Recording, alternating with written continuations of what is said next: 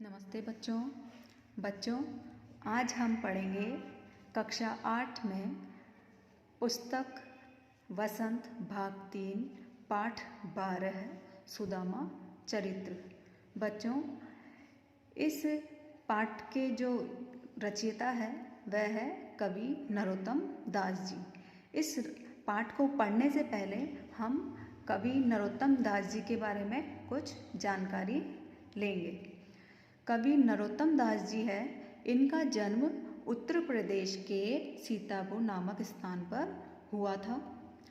इनका जन्म 1550 ईस्वी में हुआ तथा मृत्यु 1605 ईस्वी में हुई।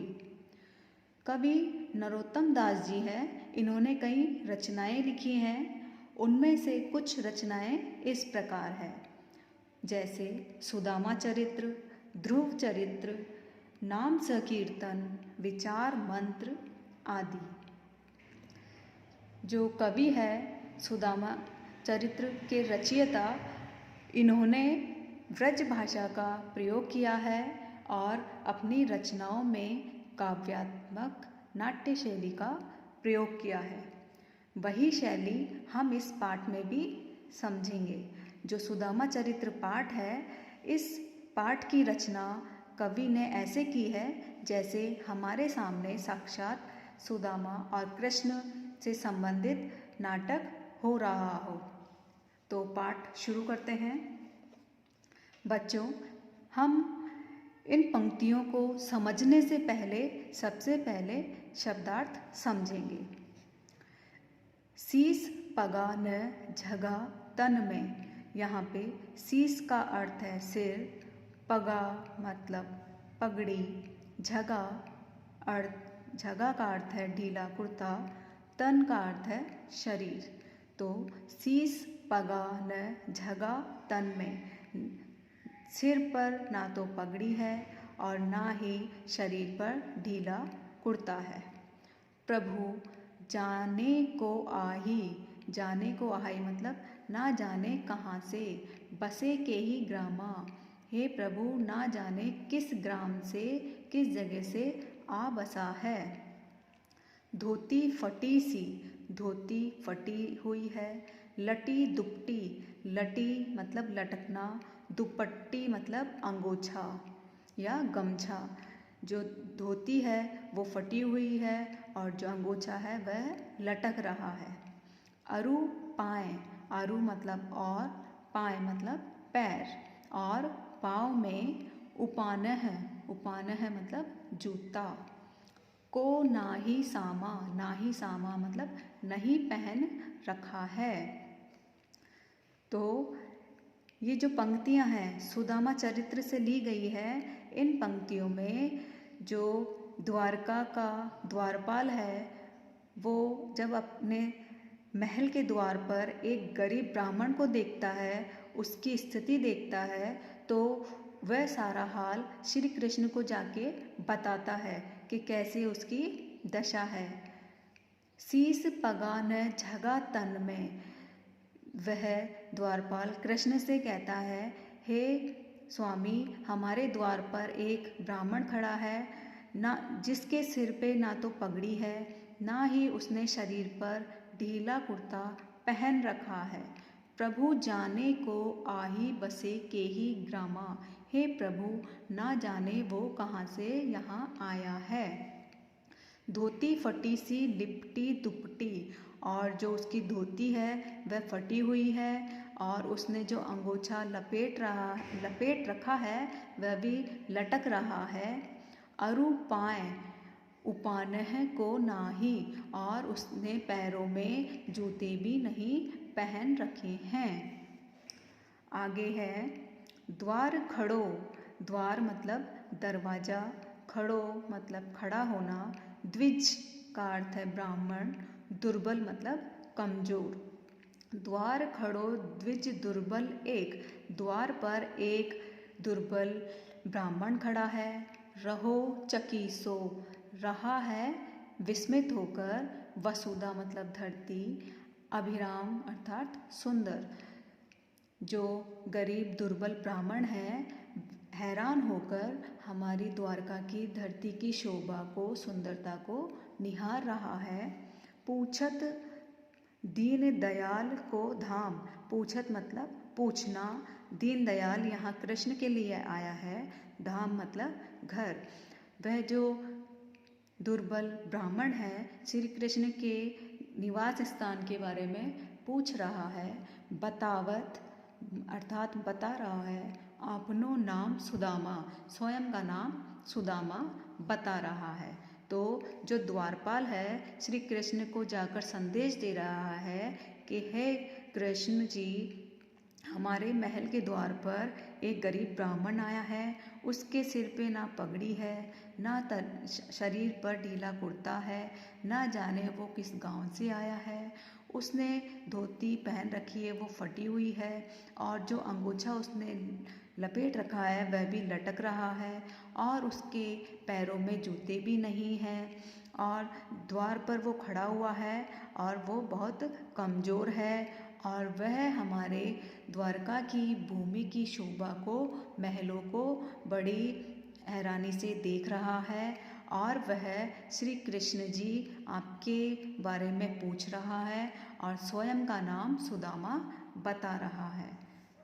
बच्चों, इसके आगे हम पढ़ते हैं, ऐसे बेहाल बिवायन सो, बेहाल मतलब बुरा हाल, बिवाइन मतलब फटी हुई एड़ियाँ, पग कंटक, पग का अर्थ है पैर, कंटक का अर्थ है कांटा, जाल लगे, जाल का अर्थ है जाले, लगे मतलब लगे हुए हैं, पुनि जोए फिर भी ढूंढ रहा है, हाय महा दुख पायो, हाय मतलब हे राम, महादुख मतलब बहुत ज़्यादा दुख, सखा मतलब मित्र, तुम आए हो, इते यहाँ, न कीते यहाँ कितने दिन से, दिन खोए यहाँ तुम कितने दिन से आ गए हो, और बहुत समय से आए नहीं, तुम्हारे इतने कष्ट थे फिर भी तुम यहाँ नहीं आए।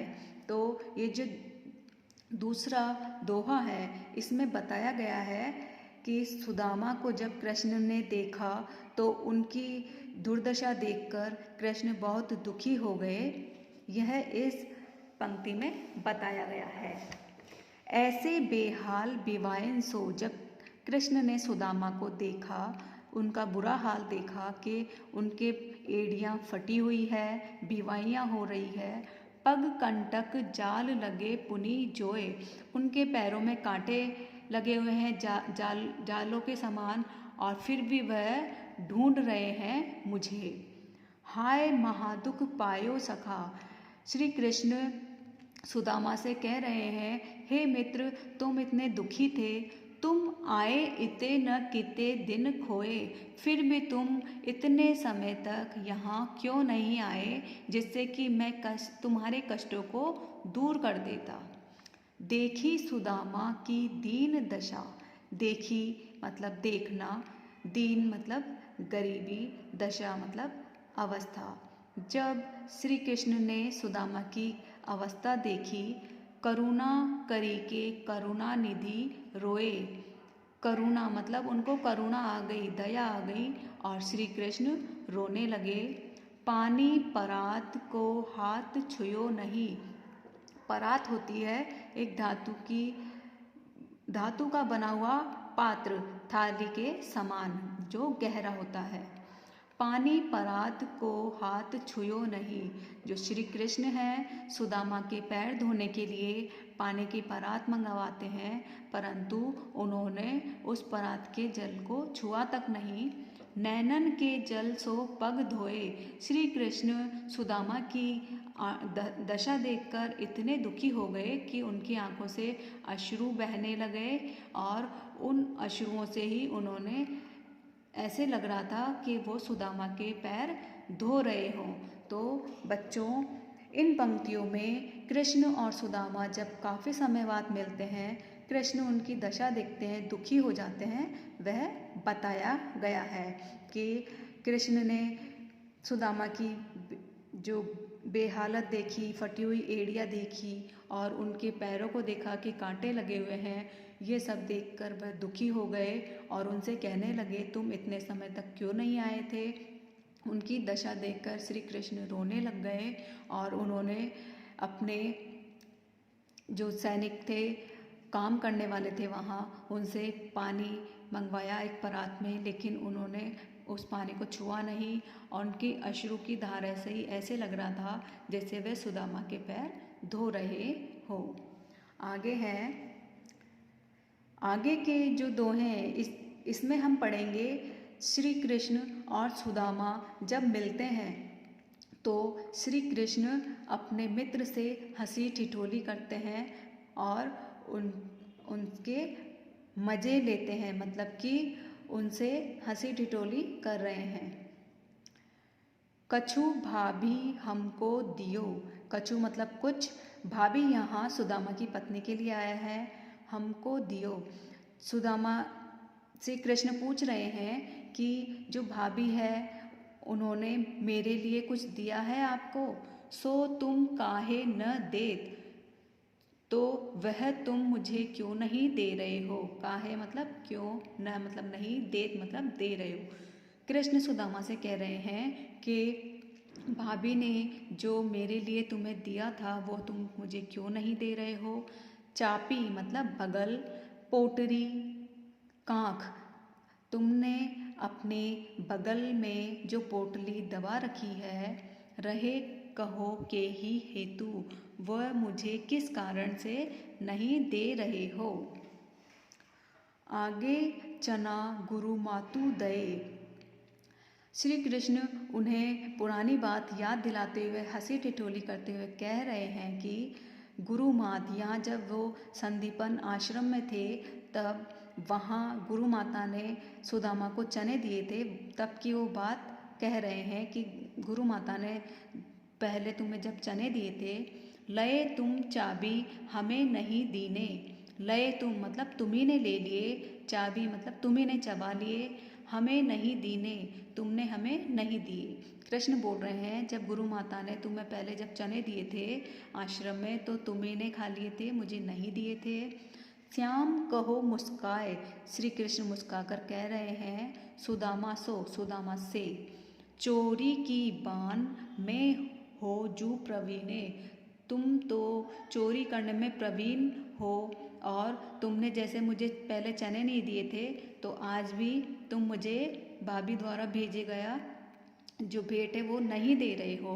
पोटली कांख में चापी रहे तुमने पोटली को कांख में दबाया हुआ है। खोलत नाही सुधा रस भीने, तुम मुझे वह नहीं दिखा रहे हो।